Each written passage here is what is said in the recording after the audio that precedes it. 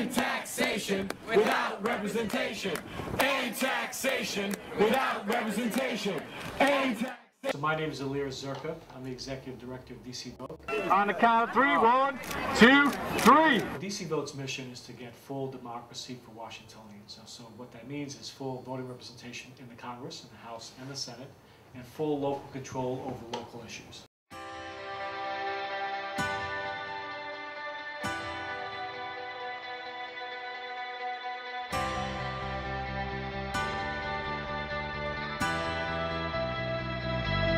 Washington, D.C., instead of embodying the best of America, in a lot of ways embodies the worst, right? We have the highest incidence of AIDS in the country, the highest infant mortality rate, the highest illiteracy rate, some of the worst public schools, the most polluted rivers, and the dirtiest air. And why is that?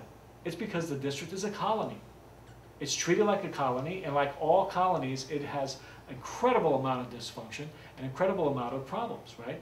And if you look at colonies anywhere in the world, that's what happens when people get colonized. And that's what's happened here in the nation's capital. I've been at DC Vote for 8 years. I joined in 2002. And over the past 8 years, we've achieved incredible growth as an organization. I think George Bush can hear you. Let's go. Our issue was important, but it wasn't prominent even in the city, and certainly not in the Congress. And 8 years later, that's very different. We reframed it around rights and the question of whether Americans living in our nation's capital, Americans who pay taxes and serve on juries and serve in the armed forces, deserve full rights, equal rights, and deserve to be full American citizens. And I think the answer to that question is a strong, resounding yes all around the country.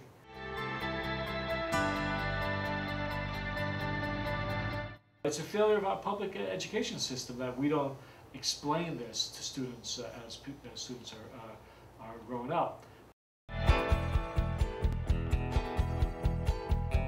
So what happened when I moved to the District of Columbia? I couldn't vote for anybody in Congress. That really grated with me. At that time, 88.6% of the cost of the DC public schools was supported by the local property tax. That was so much higher than any other district in the country, obviously, because we have no state helping us. And I thought, something's got to be done.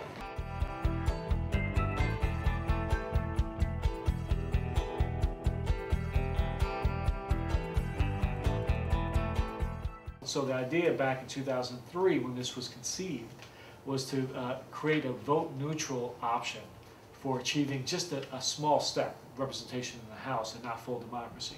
And so back then we thought that this would be relatively uncontroversial and we would get it through fairly quickly, but that's not the way it played out.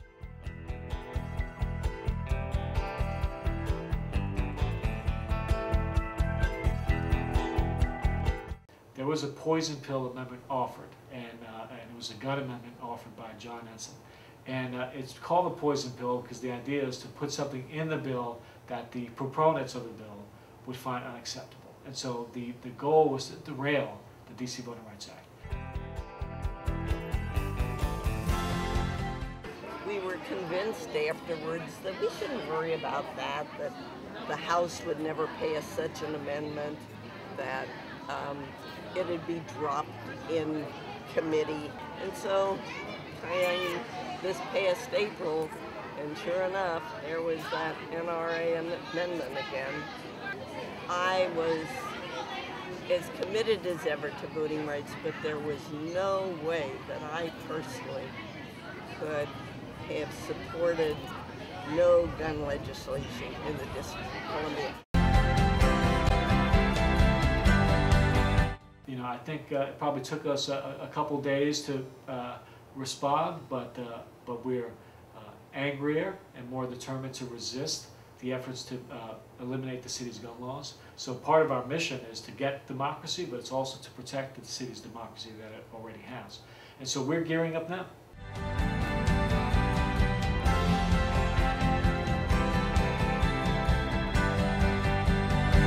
You get these ads on TV. If you don't agree with this, consult your congressman. Well, so what can she do? She can't even vote. We're the last of the colonies. Our license plates say it quite well, taxation without representation.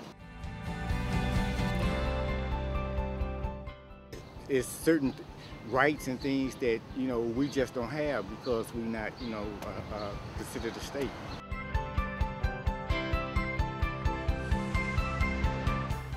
Well, Martin Luther King had a line where he said, injustice anywhere is injustice everywhere. And I think that this is the case here, right? This is America. This is the nation's capital. We hold this capital up as a beacon for democracies worldwide. We teach our children all around the United States about democracy and the institutions that reside in the capital of the United States. And so as a symbol of our democracy and as our nation's capital, it ought to embody the best of America, and it does not.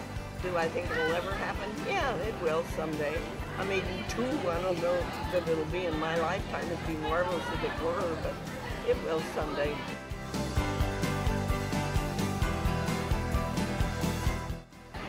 As long as I'm able, what's that phrase? God willing, to the day I die.